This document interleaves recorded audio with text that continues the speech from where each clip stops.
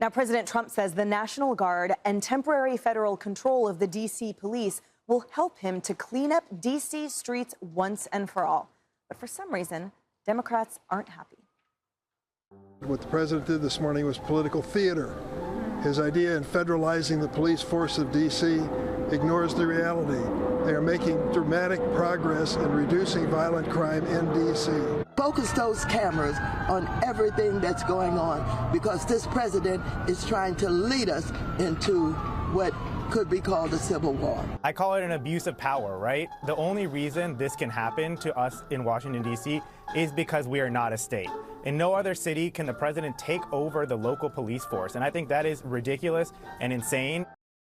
And more reactions pouring in on social media, with House Minority Leader Hakeem Jeffries telling the president to, quote, get lost, and failed presidential candidate Hillary Clinton calling him unhinged. Meanwhile, anti-Trump protesters hit the streets, pushing back against the crime crackdown by singing. DC is our home. You can have it, Trump. DC is our home. You can have it, Trump. What? The liberal media is joining the chorus as well. Maybe it's not about crime. Maybe it's that he really enjoys using U.S. military force against American civilians on American soil. Meanwhile, I can tell you firsthand here in downtown D.C. where we work, right here around our bureau, just in the past 6 months, there were 2 people shot. 1 person died, literally 2 blocks down here from the bureau. It was within the last 2 years that I actually was jumped walking just 2 blocks down from here. And then just this morning, one of my coworkers said her car was stolen. It's happened to a lot of people in our building, sadly. He was homeless and half-dressed, clearly wasn't in his clear mind. It was scary as hell, I'm not going to lie, but I fought back. I didn't see any weapons in his hands. I felt like it was my only choice. The president did mention that this effort is also going to help clean up homelessness. As we know, many members of the homeless community, sadly, take it upon themselves, like what happened to me, to carry out violence. Chris, to be honest with you, I'm trying to hold my temper. I think there's an ongoing argument that he's having in his head with Black Lives Matter. Meanwhile, we must support the victims of crime. I have ordered the Department of Homeland Security to create an office to serve American victims. The office is called VOICE, Victims of Immigration Crime Engagement. We are providing a voice to those who have been ignored by our media and silenced by special interests. Joining us in the audience tonight are 4 very brave Americans whose government failed them. Jamil's 17-year-old son was viciously murdered by an illegal immigrant gang member who had just been released from prison. Jamil Shore Jr. was an incredible young man with unlimited potential who was getting ready to go to college, where he would have excelled as a great college quarterback. But he never got the chance. His father, who is in the audience tonight, has become a very good friend of mine. Jamil, thank you. Thank you.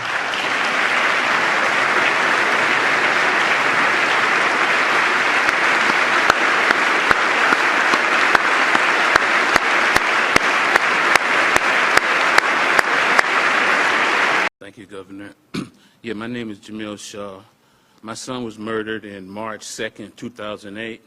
He was murdered by an illegal alien that was in this country, illegally, of course. He was brought into the country at 3 years old, and the whole time he was just really a really bad kid, to be truthful.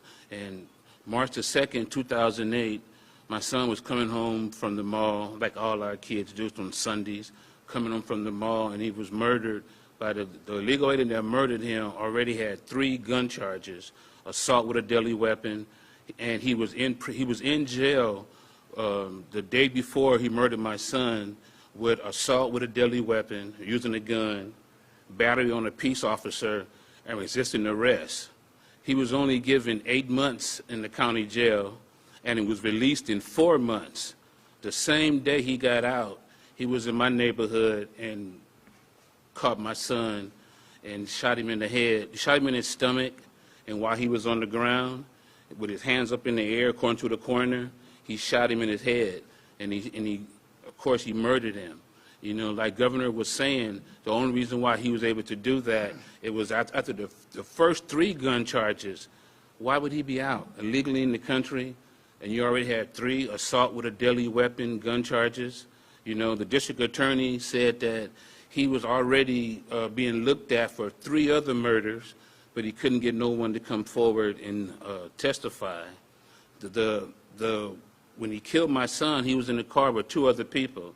He was in the car with a girl that he just met that day, was driving the car. She just met him that day. He was in the back. There's another guy in the back seat that was there. According to the sheriff of Los Angeles, he was, they were sort of upset at LA County because they were trying to rehabilitate the people in jail, so when they get out, they'll change their lives.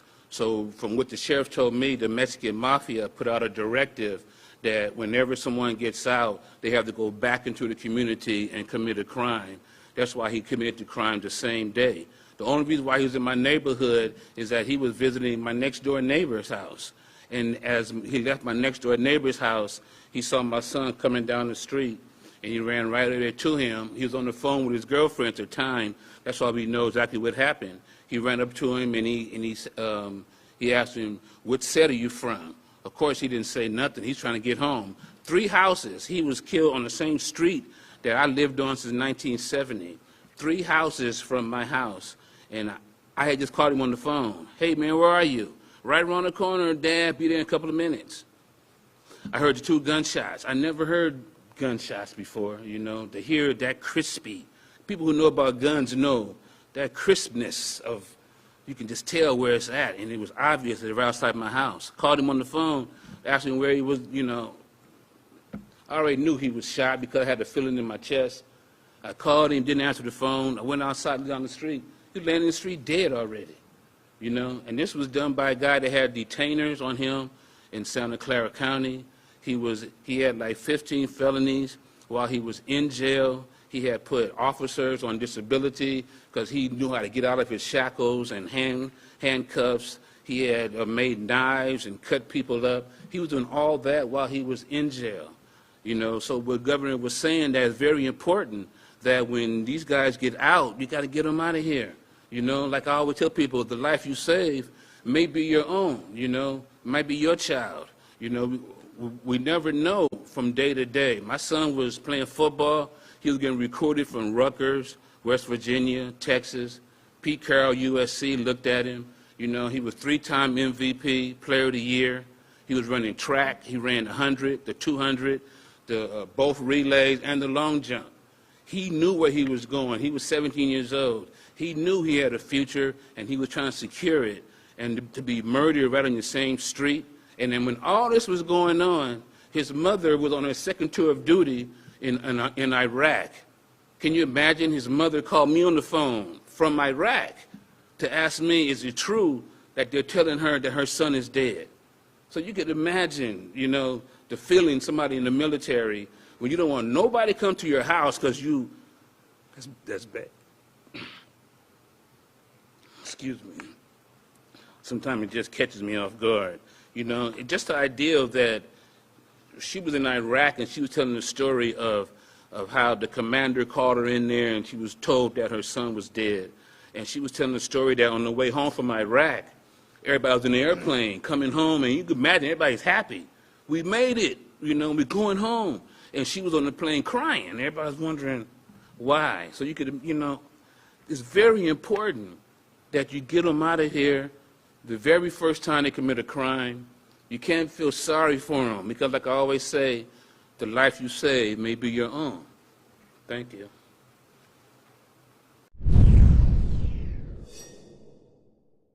Washington Post is getting called out for quoting one D.C. resident who claimed the city was safe, but also requested to speak anonymously off the record over, quote, concerns of personal safety.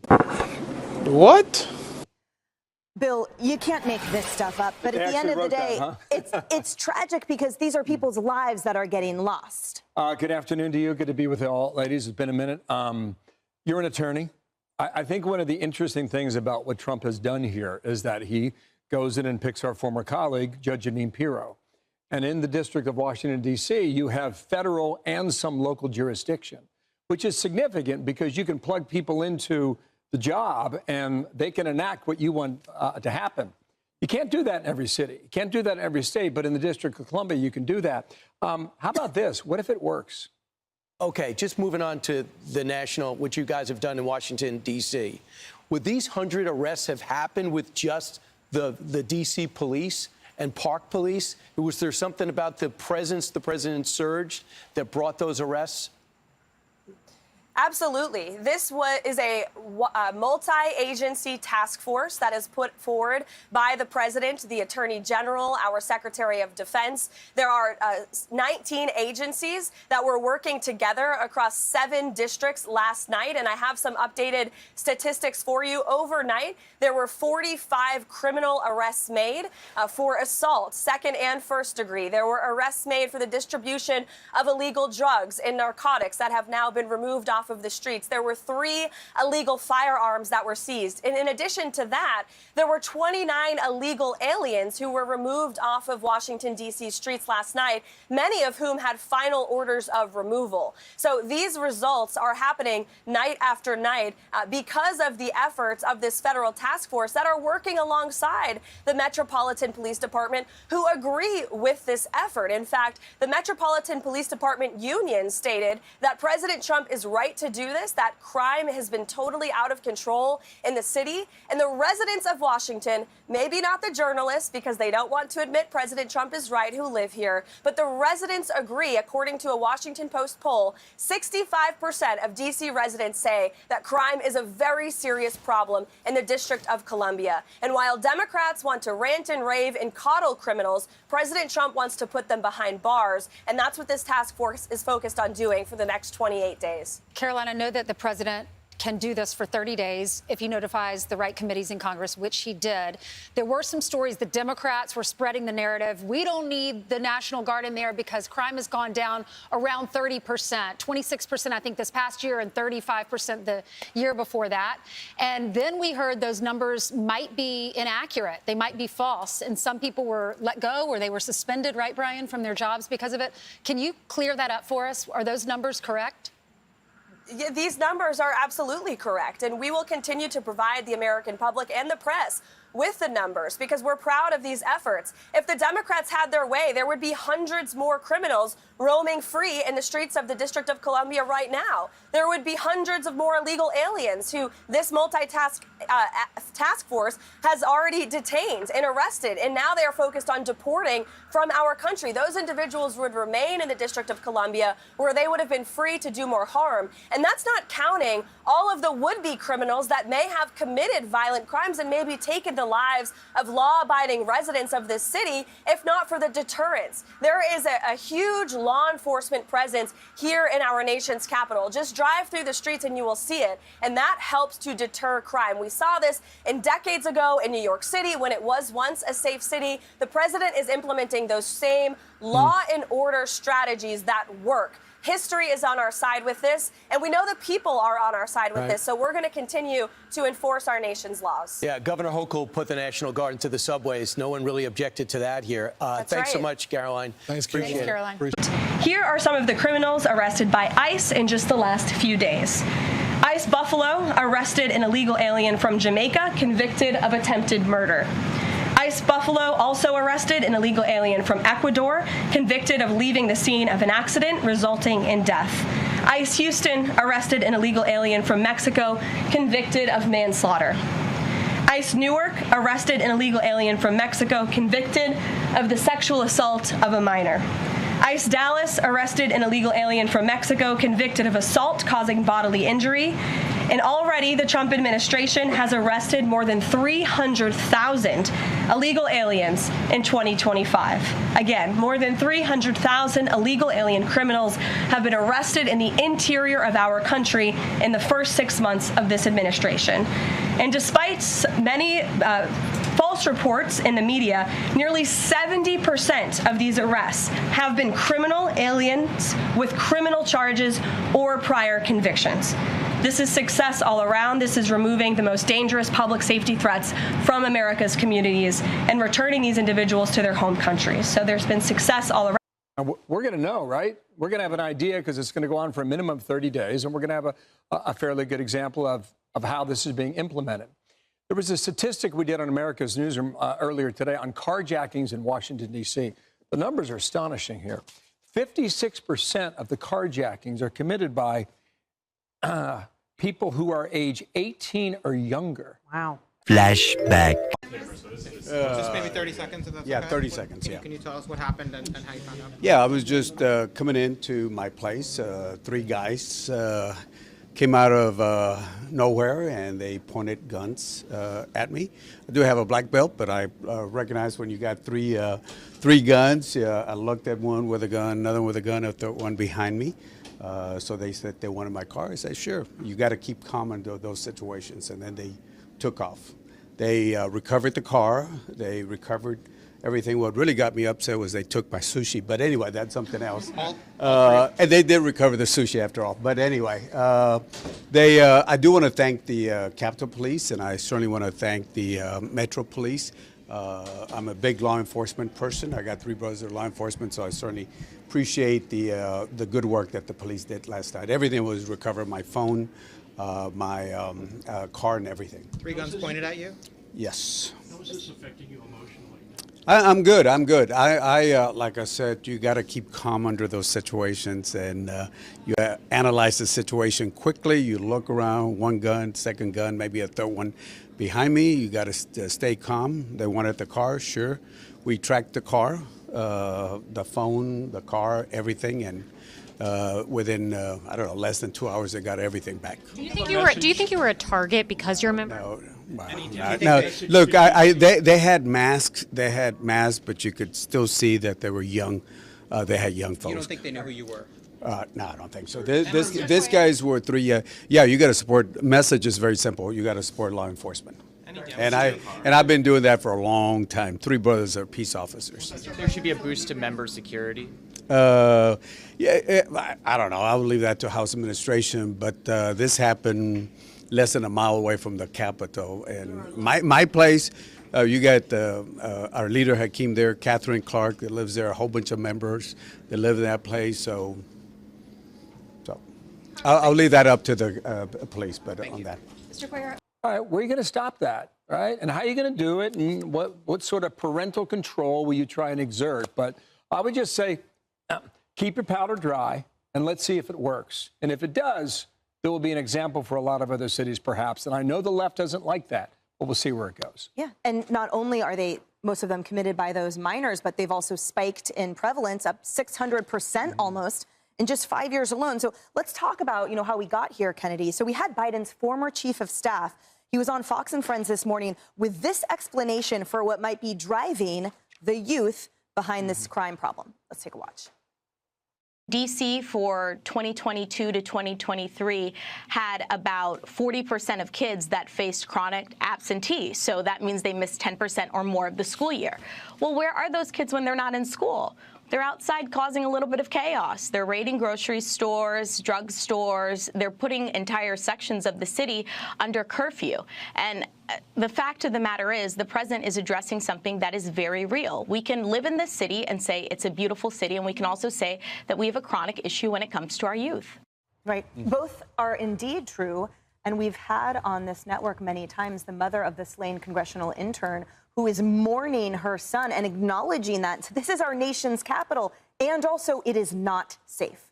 No, it's not safe, but they point to the homicide rate, and that is not the only lens by which people look at crime, or by which people, more importantly, experience crime.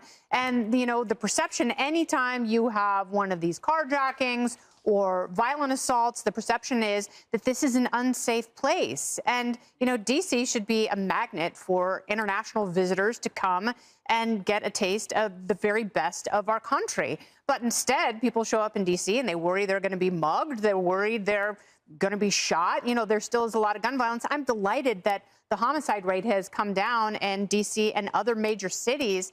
But we still have this massive issue. And Tyrus pointed something out on the 5 last week, which I thought was an interesting way of looking at this. So if you've got kids, and this is why Judge Jeanine Pirro is really frustrated in her new role, you can't charge, you know, if you've got kids committing felony carjacking at 14, 15, 16 years old, you can't charge them as adults, although they're committing adult crimes, especially, you know, 10 of them beating up big balls, that poor bastard. But you know, if you can't do that, then you've got older people, maybe in gangs, who know that these kids are not going to be incarcerated. So why not use them to commit the crimes that would have you sent away for a decade? And so that's what they're doing. They're taking advantage of the system. They're also taking advantage of kids who don't have a lot of oversight, who are being failed by their parents, as well as the horrible D.C. schools who spend more per pupil than any other school district in the country. Right. And we spoke about this before, Harris, that the recidivism rate for these youth exceeds that of these adult repeat offenders. So it's grooming and creating. It's not just youth gone wild. I mean, it's a horrifically violent statistic that is real life. Congressman Henry Cuellar, we have a headline that we can pop up in just October of 2023, got carjacked at gunpoint. And to Kennedy's point, unless one of these youth actually kills someone with their gun, it still is not federal, and they still do not see jail time. Well, and even the U.S. Attorney for D.C., Jeanine Pirro, said yesterday, I mean, she can get a conviction on that, and then you march in, and the judge is like, well, wait a minute, when it comes to sentencing and other things, and she kind of made a joke, but I don't know if she was kidding. They get off and go to college. Like, those were her words. Look, this has just been posted by the Attorney General, Pam Bondi, because about 12 minutes or so ago, she wrapped up her meeting with D.C. Mayor Muriel Bowser and also the acting Metro Police Chief, Pam Smith. We took a little bit of their comments live. She said, this is Bondi, I just conducted a productive meeting with the mayor at the Department of Justice. We agree that there is nothing more important than keeping residents and tourists in D.C. safe from deadly crime. At present, President Trump's direction, the Justice Department will work closely with D.C. city government to make Washington, D.C. safe again. And then moments later, when we took this live on the Faulkner Focus, you heard Mayor Bowser saying, we are going to cooperate. I mean, they're cooperating. Yeah. And I said at the time, a few minutes ago, we haven't heard, at least I haven't heard other leaders of blue cities say that. They haven't said we're going to cooperate with the President of the United States and him and what he's putting in place.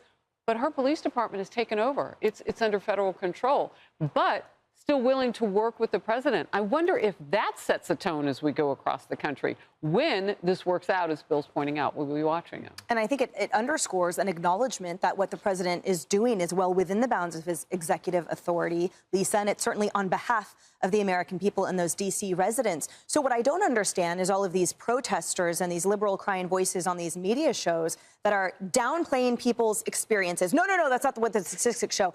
Well, what showed me is when I got carjacked. What showed me is when I got jumped and assaulted, etc. So just blocks from those protesters that were singing, a man was shot and killed. We have that headline, too, that we can pop up on the screen. So how are they living such dual reality lives when the real reality is no one is safe in D.C. until now?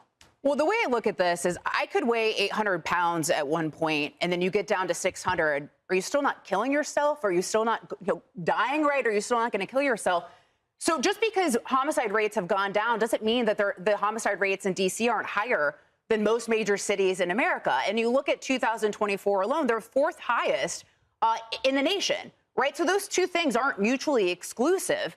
And to your point, Emily, you had an ABC anchor yesterday talking about where the ABC bureau is in Washington, D.C., that there were 2 shootings nearby in the last 6 months, that she's been jumped, that her colleague's car had been carjacked that morning, right? And you also have the D.C. police union chief saying, look, we need this, praising what President Trump is doing. And to your earlier point, he's absolutely within the law of what he's trying to do. First of all, D.C. is so different than any other country in America because the Constitution grants Congress the ultimate authority over Washington, D.C. Also, federal statutes give him the authority over the D.C. National Guard. And then the Home Rule Act gives him the authority to take over the D.C. police in cases of emergency. So he's completely within his rights. And, you know, this reminds us of the cheap flakes, right, where the media are telling us to not believe things that are directly in front of us. Yeah, it's hard to understand why someone can take objection to what President Trump is saying and doing. But this is what Democrats are doing. They take objection to everything he says and does. Let's take a look at some of the things that were posted yesterday. Hillary Clinton wrote, as you listen to an unhinged Trump try to justify deploying the National Guard in D.C., here's reality. And then attached a DOJ press release from before Trump took office saying violent crime in D.C. is at a 30-year low. And then House Minority Leader Hakeem Jeffries says violent crime in Washington, D.C. is at a 30-year low.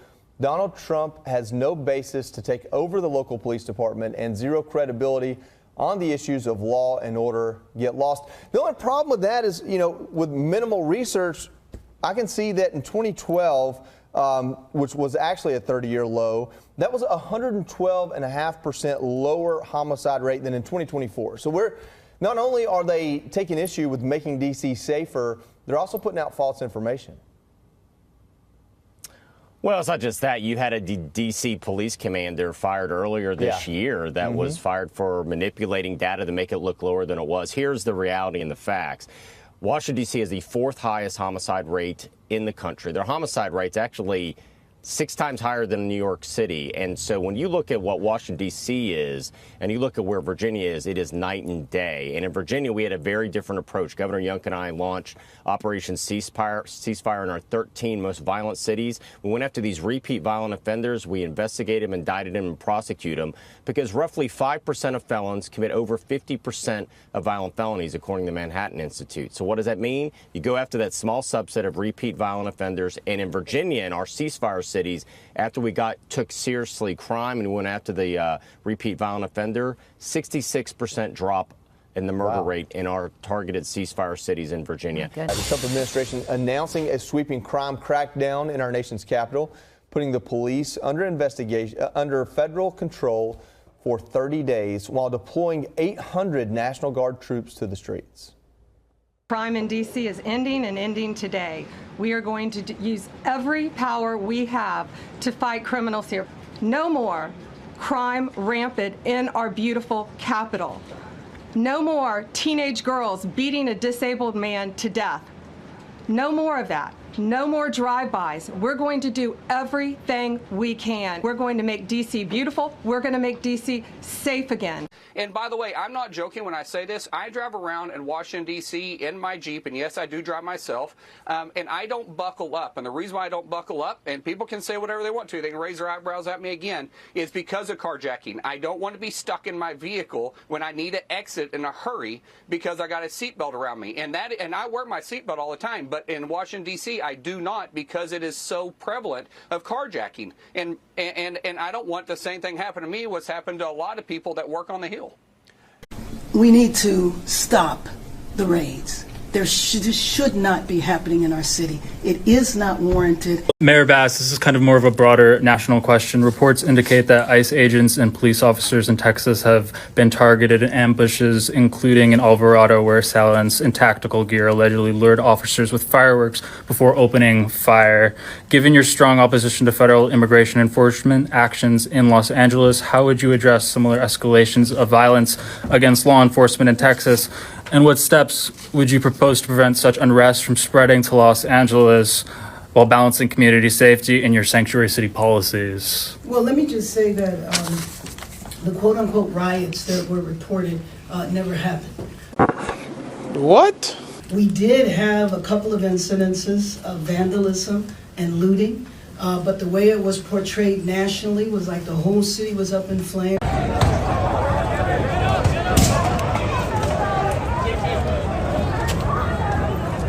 The comparison to 1992, which was completely 100% inappropriate. Proclamation of a state of emergency for Los Angeles City. We have no police support whatsoever. This is not fair! This is not fair! It's not right what y'all do! It's not right! And I think the example that you use, I'm sorry, I'm not familiar with it. It was from some other state. Yes, Texas. So yeah, 11. I have no idea what happened in Texas. What? What I do know is what happened in Los Angeles. Boy, ain't no fucking way, boy. Meanwhile, in our community development programs, there's resources there in our family resource centers, but we also are going to have a reinstitution of the Angelino card, something that Mayor Garcetti started during COVID, that will actually provide cash assistance to people. Because, you know, you have people who don't want to leave their homes, who are not going to work, and they are in need of cash. You know, I have met with family members who they needed 2 incomes in order to make the rent. Well, 1 income was lost in a raid when someone was detained, and this woman with her children now is concerned that she might face being evicted and being homeless. And so it's that type of emergency assistance, and we're fortunate that there's a lot of philanthropic partners who have contributed, and many more I hope that will join in and contribute. You can thank Democrats for this. But at the shelter, the food, my kids cannot eat the food at the shelter. And they give us 2 months to stay at the shelter, and then you have to go out again with your luggages and the kids and find another place. It's very difficult. In listening to everybody speak and making demands on New York City to do more, how much more are we supposed to do? This system is so overworked and overburdened. We don't have the resources that you need to get what you need. I mean, your testimonies move me tremendously. I don't want to see anybody mistreated in any sort of way. But I have to ask you, what motivated you to come here thinking the streets are paved with gold? They're not. They're absolutely not. And you're living through that. But if you're not happy in the U.S., if you're complaining all the time, very simply, you can leave. You can leave right now. Come back if you want. Don't come back. It's okay too. But if you're not happy, you can leave. When it's time to go, you can choose how. You can wait for enforcement, or you can leave on your terms. The CBP Home app lets you self-deport with dignity, directly and securely. Don't wait. Decide how it ends. But we're going to teach them how to run away from an alligator, okay? If they escape prison. How to run away. Don't run in a straight line. Run like this. And you know what? Your chances go up about 1%, okay?